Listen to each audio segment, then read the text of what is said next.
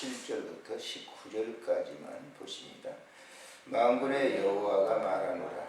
내가 너희 손으로 지은 모든 일에 곡식을 바르게 하는 재앙과 깐부기 재앙과 우박으로 쳤으나 너희가 내게로 돌이키지 아니하였느니라. 너희는 오늘 이 전을 기억하라. 아홉째 달 24일 곧 여호와의 성전 지대를 쌓던 날부터 기억하여 보라. 곡식 전자가 아직도 창고에 있느냐? 포도나무, 무화과나무, 석류나무, 감람나무의 열매가 맺지 못하였느니라. 그러나 오늘부터는 내가 너희에게 복을 주리라. 아멘.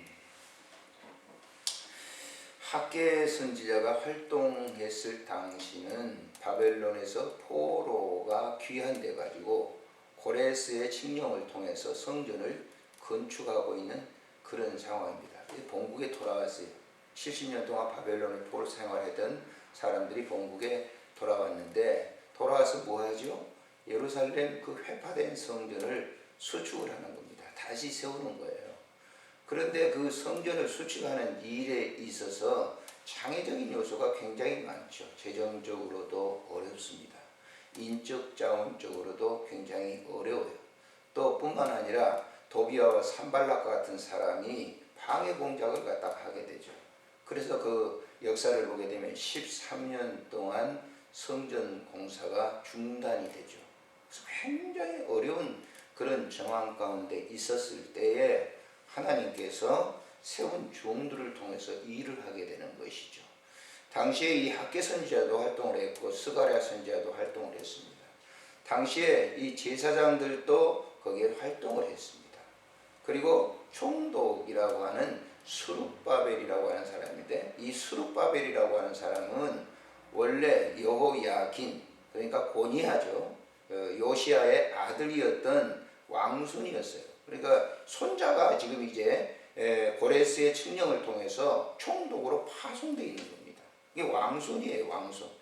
그러니까 이 스룹바벨이 총독으로 있고 제사장 이런 사람들이 있었을 때에 하나님께서 이 학개 선지자에게 말씀을 주시는 거예요. 뭘 주시나? 회복이라고 하는 거예요. 한번 우리가 참고적으로 한번 보세요. 당시의 총독이 어떤 사람이 마태복음 한번 1장을 찾아보세요.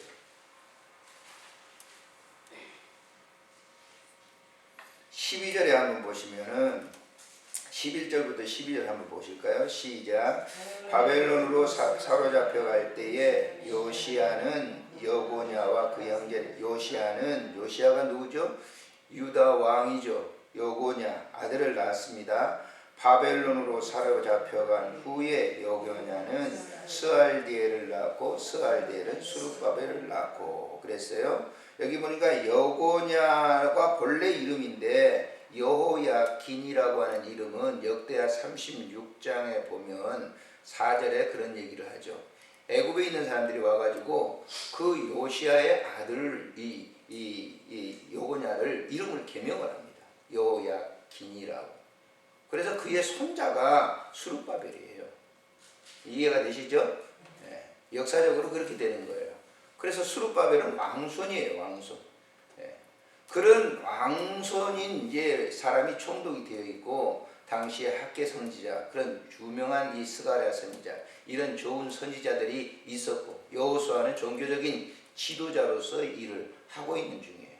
그리고 완전히 황폐된 그런 성전을 수축하는 그런 그에게 굉장히 절망적인 것도 있었지만 후반부에 하나님이 뭘 말씀을 하시느냐면 언약을 하시는 거예요. 너희들을 회복시켜 주겠고 너희의 이 성전 수축을 통해서 너희의 새로운 그러한 그 희망과 이 언약의 약속을 하는데 메시아를 보내주시겠다라고. 너희의 후손을 통해서. 그래서 메시아가 오신 거예요. 마태복음 1장에 보시면 그래서 그 수룹바벨을 쭉 이어오면 누가 나와요? 누가 나와요? 다시 찾아볼까요? 자, 마태복음 1장을 한번 보세요. 그 수룹바벨을 쭉 이어와 보세요. 그 14대 이어지면서 16절에 읽겠습니다. 야곱은 마리아의 남편 요셉을 낳았으니 마리아에게서 그리스도라 칭하는 예수가 났다. 그 예수는 뭐예요? 하나님이신데 누구와? 우리와 함께 하시기 위해서 오신 하나님이시다. 그래서 그거 보세요.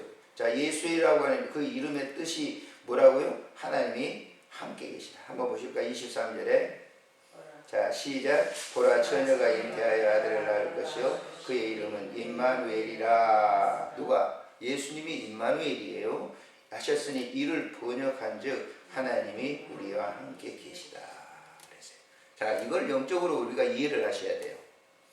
그러면 이 스룹바벨 당시에 이 당시 학개 선지자의 당시는 역사 속에 있는 성전이에요. 역사 속에 있는, 잘 들으세요. 역사 속에 있는 성전인데 오늘 그러면 이 역사 속에 있는 성전은 누굴까? 누구 계세요? 여러분이에요, 여러분.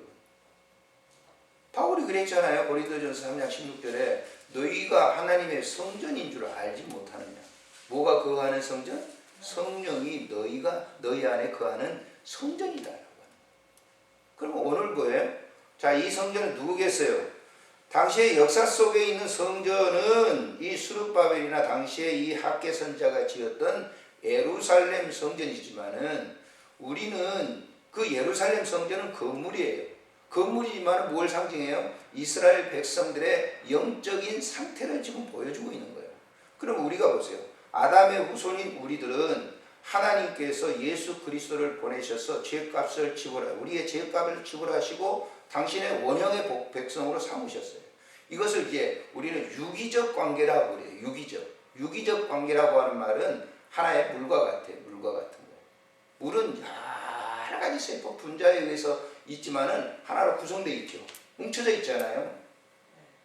이해가 되세요? 네, 뭉쳐져 있어요. 그러니까 우리는 어떻다는 거예요? 이 시대 속에 구약의 유다 백성들, 이스라엘 백성들과 같은 지체다라고 하는 거예요. 그러면 이 지체가 오늘 우리가 교회가 굉장히 의미가 있어요. 오늘 제가 이 말씀을 묵상하면서 우리 교회가 지금 이제 양교회 합병을 됐어요. 나는 이걸 회복이라 생각해요. 회복. 하나님께서 회복시키신 거예요.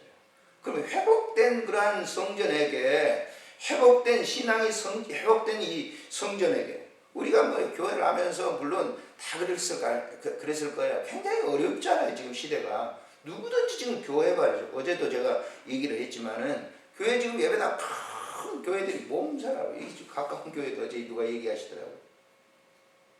교회만 멀쩡히 호대만 걷지 굉장히 힘들답니다.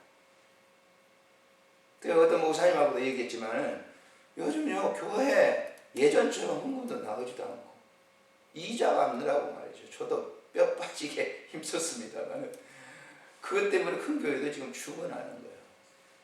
아까운 성도들의 피와 땀이 새가고 있어요. 나는 그것 때문에 굉장히 고뇌했어요. 지금 우리 한국교회 현실이에요. 그러면 이 성전들이 그 예배당들이 있는 이 일을 통해서 성전들인 이 영적인 지체들이 어떠냐 그래요. 굉장한 어려움을 당하고. 그래서 어떤 분들은 교회를 그냥 또 그만두시더라고요. 큰 교회 나가면 너무 부채가 많아. 이자 나가는 게 많으니까 선교를 해야 되고 봉사를 해야 되는데 아유 다른 교회 이렇게 좀 나가가지고 그런 부채가 없는 교회 좀 나가가지고 좀 신앙생활 해야 되겠다. 그런 분도 있대요. 그냥 부담되잖아요. 저도 그런 경험 많이 했어요. 교인들 오죠. 왜 등록을 안 해요? 부담되는 거예요. 부담되는 거예요. 그러나 여러분 거룩한 부담을 하시기를 주의 이름으로 축복합니다. 거룩한 부담이에요. 그래서 우리가 하나님께서 우리 교회를 이렇게 합병을 해주신 이유를 저는 이 말씀을 묵상하면서 내가 생각을 했어요. 하나님 우리가 몸과 마음으로도 다 영적으로도 유기적 관계인데 이것이 하나 되어서 하나님을 영화롭게 하는 교회 성전이 되도록 주님 축복해 주시옵소서. 회복될 때 보세요. 뭐라고 그랬어요? 여기 지금 제 얘기가 아니에요. 만군의 여호와가 말한다. 예전에는 너희가 재앙과 깐부기 우박으로 다 쳤지만 17절에 그렇게 했는데도 돌이키지 아니했다. 그런데 18절에 너희는 오늘 이 전을 기억해라. 너희는 오늘 이 예루살렘 성전을 기억해라. 복구하면서 기억해라. 오늘 너의 지금 성전 상태, 네 몸 상태를 기억해보라. 아홉째 달 24일 곧 여호와의 성전 지대를 그때 쌓던 날부터 그랬어요. 이 말은 회복되는 날부터. 성전이 성전으로서 회복되는 그날부터 어떻게 하겠다는 거예요? 잘 보세요. 성경은 이렇게 얘기하고 있어요. 자, 19절에 큰 소리로 읽습니다. 혹시 종자가 아직도 창고에 있느냐? 포도나무, 무화과나무, 석류나무, 감람나무 열매가 맺지 못하였느니라. 그러나 오늘부터는 내가 너희에게 복을. 할렐루야. 나는 이 말씀을 굉장히 힘을 얻었어요. 이 말씀을 묵상하면서. 하나님은 이제 이 교회를 회복시키시기 위한 귀한 은혜를 주신다. 믿으시기를 바랍니다.